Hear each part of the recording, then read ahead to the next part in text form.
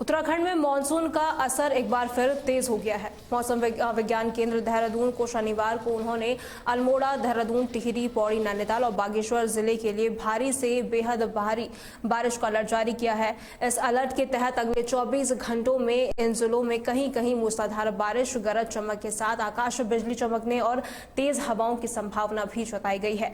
बारिश के कारण नदियां, नाले उफान पर आ सकते हैं। भूस्खलन और बाढ़ का खतरा भी बढ़ सकता है, जिससे जनजीवन प्रभावित होने की पूरी आशंका जताई जा रही है।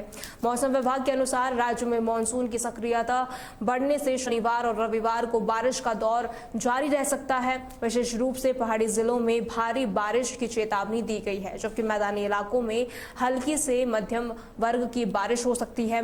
देहरादून में सुबह से ही हल्की बूंदाबांदी का दौर चल रहा है, लेकिन दोपहर तक तेज बारिश की उम्मीद जताई जा रही है। अन्य जिलों की अगर हम बात करें तो अल्मोड़ा, नैनीताल और बागेश्वर में भी 50 से 100 मिलीमीटर तक बारिश दर्ज हो सकती है। पौड़ी और टिहरी में भूस्खलन की आशंका सबसे ज्यादा अधिक है। उसके बावजूद भी कहीं ना कहीं जो सड़कें हैं वो अवरुद्ध हो सकती हैं।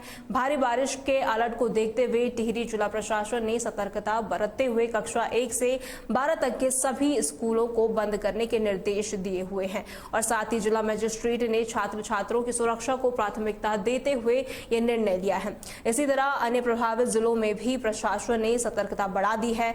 मौसम विभाग ने अन्य जिलों जैसे उत्तरकाशी, रुद्रप्रयाग, चमोली और पिथौरागढ़ के लिए येलो अलर्ट जारी किया है, जहां कहीं कहीं बारिश हो सकती है। पर्यटकों को रिवर राफ्टिंग जैसी गतिविधियों पर रोक लगा दी गई है।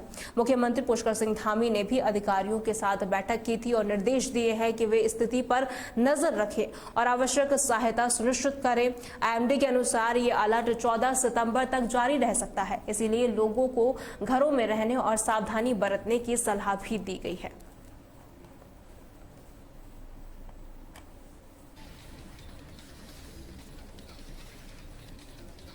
और इसी खबर पर ज्यादा जानकारी के लिए हमारे संवाददाता दिग्विजय चौहान हमारे साथ जुड़ चुके हैं। दिग्विजय, क्या कुछ अपडेट है मौसम को लेकर? उत्तराखंड में कैसा आगे का ये मौसम रहने वाला है?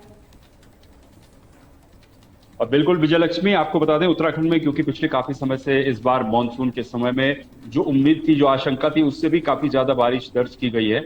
और मौसम विभाग का ये मानना है कि ये बारिश अभी थमी नहीं है, बल्कि आने वाले कुछ दिन यानी कि लगभग कम से कम 2 दिन तो उत्तराखंड में एक बार फिर से मौसम की करवट जो है वो बदल सकती है। हमने देखा पिछले कुछ दिनों में मौसम सामान्य ही कई जगहों पर रहा है, लेकिन अब स्थितियां एक बार फिर से बदल सकती हैं। लगभग जो 8 पर्वतीय जिले हैं उत्तराखंड के, जिसमें देहरादून भी शामिल है, इन तमाम जिलों के लिए मौसम विभाग ने भारी बारिश का येलो अलर्ट जारी किया है।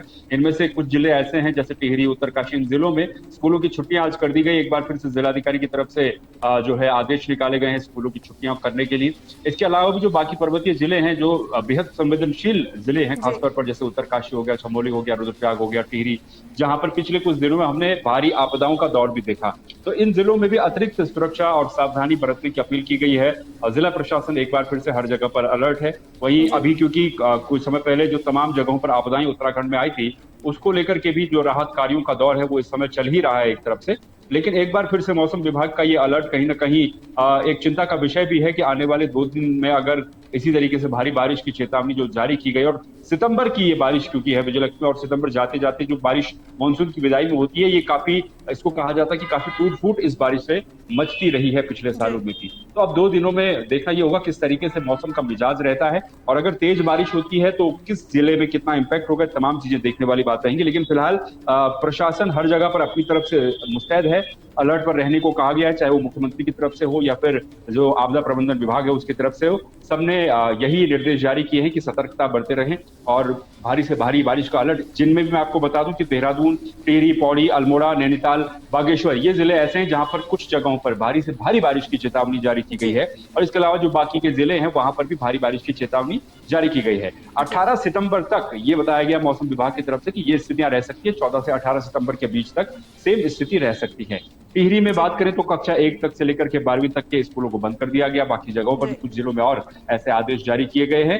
तो अभी फिलहाल, क्योंकि अभी देहरादून की मैं स्पेशली बात करूं तो सुबह से हल्की बूंदाबांदी जरूर एक पल को देखने को मिली थी, लेकिन फिलहाल मौसम अभी बंधा हुआ ही है, धूप नहीं है, लेकिन आसमान में बादल भी लगातार बने हुए हैं। अब आगे किस तरीके से मौसम का मिजाज रहता है, ये काफी महत्वपूर्ण। जी दिग्विजय, आपदा प्रबंधन की तैयारी कितनी प्रभावी है, क्योंकि लगातार बैठकें हो रही है, मुख्यमंत्री पुष्कर सिंह धामी ने भी बैठक की थी, और ऐसे में जो आपदा प्रबंधन की जो टीम है वो किस तरीके से तैयारी कर रही है, क्योंकि मानसून जिस तरीके से उत्तराखंड में छाया हुआ है, यहाँ पर लगातार बारिश हो रही है, बाढ़ का कहर जो है वो बढ़ता जा रहा है, ऐसे में जो टीम है कितनी प्रभावी तरीके से अपना काम करती हुई नजर आ रही है? और देखिए, आपदा प्रबंधन को लगातार, क्योंकि जिला प्रशासन को भी और आपदा प्रबंधन को भी सभी जिलाधिकारियों को निर्देश है, और जिलाधिकारियों के द्वारा भी जो सभी उनके अधीनस्थ कर्मचारी हैं उनको निर्देश जारी किए गए हैं कि सभी अधिकारी सतर्कता बनाए रखें। अभी कुछ दिन पहले हमने देखा था गढ़वाल कमिश्नर विजय शंकर पांडे जो है वो लगातार फोन करके अपने अधिकारियों को, अपने कर्मचारियों को चेक कर रहे थे गढ़वाल टीरी पौड़ी गढ़वाल में बैठ करके। तो उनकी तरफ से भी ये कहा गया है कि जो अधिकारी, तमाम अधिकारी हैं, चाहे वो किसी क्षेत्र का पटवारी हो, किसी क्षेत्र का एसडीएम हो, तहसीलदार हो, ये सभी लोग अपना फोन ऑन रखेंगे 24 घंटे। किसी का भी कॉल आए, इन लोगों को अपनी कॉल उठानी है जब तक ये सीजन चल रहा है। और राहत कार्य, क्योंकि लोगों को उम्मीदें अधिकारियों से ही रहती हैं, जब बारिश होती है, आपदा जैसी स्थितियां आती है तो उम्मीदें बड़ी अधिकारियों से रहती है।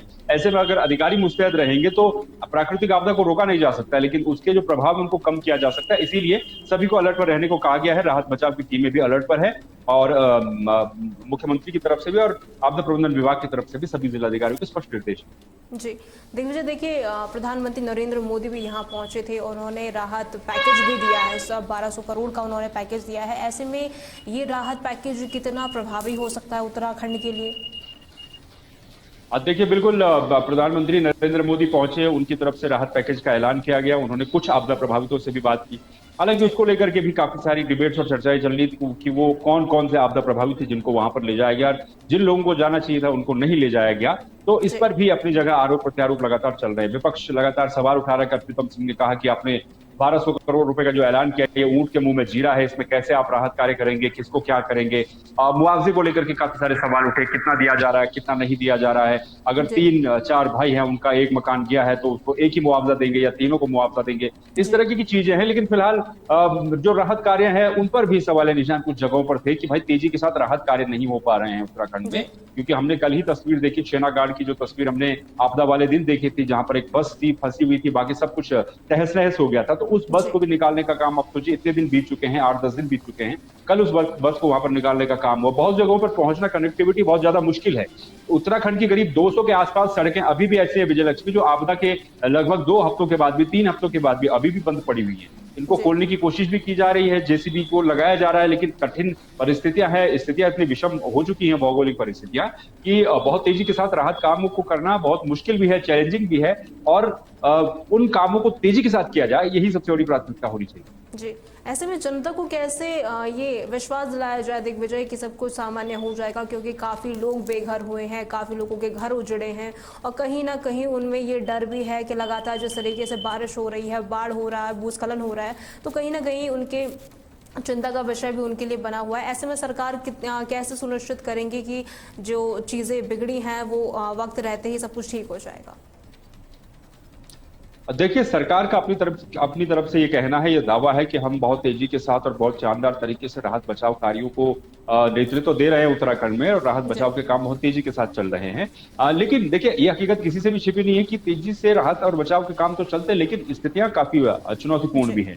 और स्थितियों के अलावा कि हमने देखा मुख्यमंत्री ग्राउंड पर पहुंचे, तो जब मुख्यमंत्री ग्राउंड पर रहते हैं तब अधिकारियों को तेजी देखने को मिलती है। मुख्यमंत्री जाते हैं तो फिर से नीलबटा सन्नाटा कई जगहों पर हो जाता है। तो इन चीजों पर ध्यान देने की बहुत ज्यादा जरूरत है, और लोगों को जल्द से जल्द सहायता मिले, उनको मुआवजा न मिले, लेकिन एक कम से कम जो मूलभूत सुविधाएं हैं वो फैसिलिटीज उनको मिल जाए। हमने देखा काफी जगहों पर सड़कें टूट गई, बहुत रास्ते बह गए, जो आवश्यक एसेंशियल चीजें हैं उसके लिए काफी दूर जाना पड़ रहा है। राहत सामग्री आ रही है, लेकिन किस तरीके से वितरित हो रही है, कहां पर वितरित हो रही है, वो भी सवाल हुए घेरे में। तो लोगों को कम से कम जो जीने के लिए एसेंशियल चीजें चाहिए वो चीजें कम से कम मिलती रही, उपलब्ध होती रही, यही सबसे बड़ी प्राथमिकता इस समय सरकार की होनी चाहिए। जी, बहुत बहुत शुक्रिया दिग्विजय हमारे साथ जुड़ने के लिए, तमाम जानकारी साझा करने के लिए।